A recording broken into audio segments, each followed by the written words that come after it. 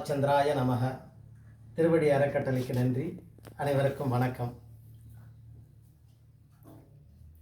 மிக வேகமாக வளர்ந்து வரும் விஞ்ஞான யுகத்தில் நாம் வாழ்ந்து வருகிறோம். நாளுக்கு நாள் மின்னல் வேகத்தில் விஞ்ஞானம் வளர்ச்சி பெற்று மனித சேவையில் ஈடுபட்டு வருகிறது. அதே சமயம் மனித சமுதாயத்தை அழிவு பாதையை நோக்கி அலைகழிக்கவும் முயற்சிக்கிறது. எந்த ஒரு துறையிலாவது ஒரு மனிதன் வியப்புக்குரிய அறிவை பெற்று விளங்குகிறான் என்றால் அந்த அறிவுக்கு அவனே காரணகர்த்தாவா? ஒருவன் விண்ணையும் கண்டுதெளியும் விஞ்ஞானியாக இருப்பதையும், ஒருவன் மண்ணுலக வாழ்க்கையும் அறிய முடியாத அஞ்ஞானியாக இருப்பதையும் பார்க்கிறோம். குறிப்பாக ஒவ்வொரு மனிதனும் அறிவால் மற்றொரு மனிதனுடன் வேறுபட்டவனாக இருக்கிறான். இதற்கு காரணம் என்ன? மனிதனுக்கு கல்வியினாலும் மரபு வழியாகவும் அறிவு கிடைக்கப்பெறுகிறது என்று சொல்லப்படுகிறது. கல்வியினால் மனிதன் அறிவு பெற்று விளங்குவதாயின் கற்றவர்கள் எல்லாம் அறிவுடையவர்களாக இருக்க வேண்டும் அல்லவா? ஆனால் அப்படி இருக்கிறார்களா? கல்வியினால் மட்டும் ஒருவன் அறிவு பெறுவதில்லை. சரி, மரபு வழி அறிவே மனிதனுக்கு கிடைக்கப்பெறுவது முற்றிலும் உண்மையாக இருப்பின் அறிவுடைய மக்களுக்கு பிறக்கும் மக்கள் யாவரும் அறிவுடையவர்களாகவே இருக்க வேண்டுமே. அப்படி இருக்கிறார்களா? ஆனால் உண்மை நிலை என்ன? அறிவில் சிறந்த சான்றோர்களுக்கு அறிவிலி மக்கள் பிறந்து விளங்குவதை பார்க்கிறோம். மகாத்மா காந்தியடிகள் அறிவிலும் ஒழுக்கத்திலும் சிறந்து விளங்கினார். ஆனால் அவரது மூத்த மகன் ஹரிலால் அவருக்கு நேர் எதிராக அறிவிலும் ஒழுக்கத்திலும் கீழ்மையுற்றிருந்தார். சரி, மரபு வழி அறிவே ஒருவருக்கு கிடைக்கப் பெறுவதாயின் அறிவிலி மக்களுக்கு பிறக்கும் மக்கள் யாவரும் அறிவிலிகளாகவே இருக்க வேண்டுமே. சிப்பியின் வயிற்றில் முத்து என்று கூறுவது போல அறிவிலி மக்களுக்கு அறிவில் சிறந்த மக்கள் பிறந்து வருவதை பார்க்கிறோம். இவற்றையெல்லாம் நினைவில் கொண்டு எண்ணி பார்க்கையில் மனிதன் தன் முயற்சியினாலோ கல்வியினாலோ மரபு வழியாகவோ மட்டும் அறிவை பெறுவதில்லை. இவை யாவும் ஒருவன் அறிவை பெற்று விளங்குவதற்கு காரியமே அன்றி காரணியாய் விளங்குவது கடவுளே ஆகும். படித்திருந்தும் அறிவு இல்லாது வாழும் மக்களை, அதற்கேற்ற அறிவு இல்லாது வாழும் மக்களை நுண்ணிய நூல் பல கற்பினும் மற்றும் தன் உண்மை அறிவே மிகும் என்கிறார் வள்ளுவ பெருந்தகை. அதாவது ஒருவன் வாழ்வில் கற்க வேண்டிய நூல்களை கற்றிருந்தும் அதனால் அவன் பெறத்தகுந்த அறிவை பெறாமல் போவானாயின் அவனுடைய ஊழ்வினை அறிவு அதனையும் மிஞ்சி செயல்படுகிறது என்று பொருள். ஊழ்வினைக்கேற்பவே ஒருவன் அறிவை பெற்று விளங்குகிறான் என்பதை இக்குறள் வாயிலாக தெய்வ புலவர் நமக்கு உணர்த்துகிறார். ஆம், கல்வியினால் மட்டும் ஒருவன் அறிவு பெறுவதில்லை, ஊழ்வினையினால் தான் அவன் அறிவை பெற்று விளங்குகிறான் என்பது என்ற உண்மையின் பிரதிபலிப்பே கற்றவர்கள் கல்லாத மூடர்களைப் போன்று செயல்படுவதும் கல்லாதவர்கள் கற்றவர்கள் வியக்கும் வகையில் மேதைகளாக இருப்பதும் ஆகும். விஞ்ஞானத்துறையிலும் மெய்ஞானத்துறையிலும் உலகம் வியக்கும் சாதனை படைத்தவர்கள் பெரும்பாலும் சாதாரண படிப்பு படித்தவர்களும் படிப்பட்டவர்களுமே ஆவார். குறிப்பாக தாமஸ் ஆல்வா எடிசனுக்கு இளம் பருவத்தில் ஞாபக சக்தி மிகவும் குறைவு. பள்ளியில் படிப்பதெல்லாம் மறந்து விடுவார். வகுப்பில் அவர்தான் கடைசி பையன். தினசரி பத்திரிகைகளை புகைவண்டி மற்றும் பேருந்து நிலையங்களில் விற்று வாழும் நிலையுடையவராக இருந்தார். ஆனால் அவருக்கு ஊழ்வினை அறிவு கிடைக்கப்பட்டமையால் விஞ்ஞானத்தில் அரிய பல கண்டுபிடிப்புகளை கண்டுபிடித்தார். திரைப்பட காட்சிக்குரிய கருவி முதல் சுமார் 138 விஞ்ஞான கருவிகளை கண்டுபிடித்தார்.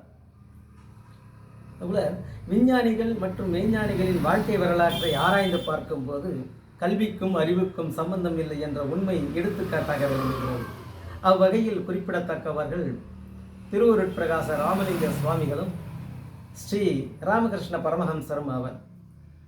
அருட்பிரகாச ராமலிங்க வள்ளலாருக்கு அவரது தமையனார் கல்வி கற்பிக்க எண்ணி உரிய ஆசிரியரிடம் விடுத்த போது அவர் கல்வியில் நாட்டமில்லாமல் ஆசிரியரிடம் கல்வி பயிலவில்லை. கல்லாத இவர் இயற்றிய திருவருட்பா பாடல்கள் கற்றறிந்த புலவர் பெருமக்களும் உரிய பொருள் காண முடியாத நிலையில் தத்துவம் மிகுந்துள்ளன.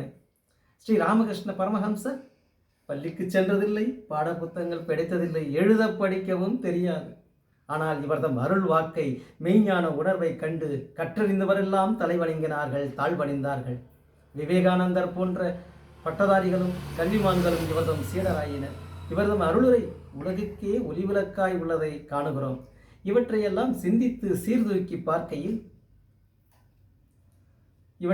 சிந்தித்து பார்க்கையில் மனிதன் கல்வியினால் மட்டும் அறிவு பெறவில்லை. கல்வியினால் வரும் அறிவு காரிய அறிவே அன்றி காரண அறிவல்ல. காரண அறிவான ஊழ்வினை அறிவே ஒருவனிடத்து மேலோங்கி நிற்கிறது என்ற உண்மை விளங்கப் பெறுகிறது. அந்த ஊழ்வினைக்குரிய காரண அறிவை உயிர்களுக்கு வழங்குபவர் கடவுளே ஆவார். ஆதி காலத்தில் மனிதன் எண்ணிக்கையில் மிகவும் குறைந்தவனாக இருந்தபோது அதற்கான காய்கனிகள் இயற்கையாக கிடைக்கப்பெற்றன. ஆகவே செயற்கை உணவு உற்பத்தி செய்ய வேண்டிய அவசியம் மனிதனுக்கு இல்லாமல் இருந்தது. மனித இனம் பெருக பெருக அதற்கேற்ப உணவுக்கு வழி செய்ய வேண்டியது உயிர்த்தாயின் கடமையால் அதற்குரிய அறிவை மனிதனுக்கு தந்து விவசாய புரட்சியும் தொழில் புரட்சியும் தந்து முற்பட செய்தார் கடவுள். இந்த விஞ்ஞான உலகில் நேற்று இல்லாத ஒரு புதுமை இன்று கண்டுபிடிக்கப்படுகிறது. இன்று இல்லாத ஒரு புதுமை நாளை கண்டுபிடிக்கப்படும் என்றால் அதன் பொருள் என்ன? மனிதனுக்கு நேற்று இல்லாத அறிவு இன்று கிடைக்கப்பெற்றுள்ளது, இன்று இல்லாத அறிவு நாளை கிடைக்கப்பெறும் என்பதாகும். மனிதனுக்கு கிடைத்துள்ள இந்த விசேட அறிவுக்கு மனிதனே காரணமல்ல. அறிவின் ஜீவ ஊற்றாக உள்ள கடவுளே உயிர்களின் நலன் பொருட்டு காலத்துக்கேற்ப உரிய விசேட அறிவை மனிதனுக்கு தந்து வாழ்விக்கிறார், மனிதனை மகிழ்விக்கிறார். வினையையும் வினைக்குரிய பயனையும் பிறப்பையும் உயிர்களுக்கு அளிப்பவர் கடவுளே ஆவார். அவ்வகையில் நமக்கு இந்த மனித பிறவி கடவுள் நல்கியுள்ளார் வந்திருக்கிறார் என்று கிடைக்கப்பட்டுள்ள நிலையில் முப்பிறப்பில் நம்மை நல்வினை ஆற்றச் செய்து அதன் பயனாக கடவுள் நமக்கு இந்த மனித பிறவியை நல்கியுள்ளார். பிறவி துன்பத்திலிருந்து விடுபடுவதற்குரிய இந்த மனித பிறவியை கடவுள் நமக்கு அளித்தமைக்காக நாம் அவருக்கு நன்றி கூறி போற்றிட வேண்டாமா? கடவுள் உயிருக்கு அளிக்கப்பெறும் பிறப்பு கதிகளும் இன்ப துன்பங்களும் அதன் தன் முன்வினை பயனை ஆதாரமாக கொண்டு வழங்குகிறாரே அன்றி தன்னை வாழ்த்துவதையும் வைவதையும் ஆதாரமாக கொண்டு இன்ப துன்பங்களை வழங்குவதில்லை. சான்றாக பக்த ராமதாசர் மிகச்சிறந்த ராமபக்தர். இவர் டெல்லி பாதுஷாவுக்குரிய கருவூல பொக்கிஷத்தை பாதுஷாவுக்கு செலுத்தாமல் பத்ராசலத்தில் பாழடைந்திருந்த ஸ்ரீராமர் கோவிலை புதுப்பிக்க செலவழித்து விட்டார். ஆகவே ராமதாசரை அழைத்து வரச் சொல்லி அவரை பணம் கையாடல் செய்த குற்றத்திற்காக டெல்லி பாதுஷா சிறையில் அடைத்து விட்டார். 14 ஆண்டு காலம் சிறைவாசம் அனுபவித்தார். அதன் பின் ஒரு நாள் அவருக்கு விடுதலை கிடைத்தது.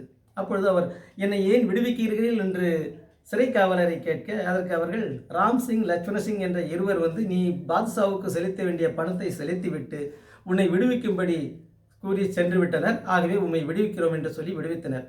ஆம், ஸ்ரீராமரும் லட்சுமணரும் ராமதாசரை விடுவிக்க மாறு வேடத்தில் உரிய பணத்தை செலுத்திவிட்டு விடுவிக்குமாறு கூறி மறைந்து சென்றனர்.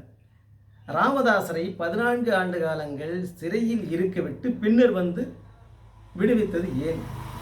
அவரை சிறையில் கைது செய்த உடனே உரிய பணத்தை செலுத்தி அவரை விடுவித்திருக்க கூடாதே என்று சீதா பிராட்டியார் ஸ்ரீராமரை வினவ, அதற்கு அவர் ராமதாசர் முப்பிறவியில் ஒரு கிளியை பிடித்து 14 நாட்கள் கூண்டில் அடைத்து வைத்திருந்தார்.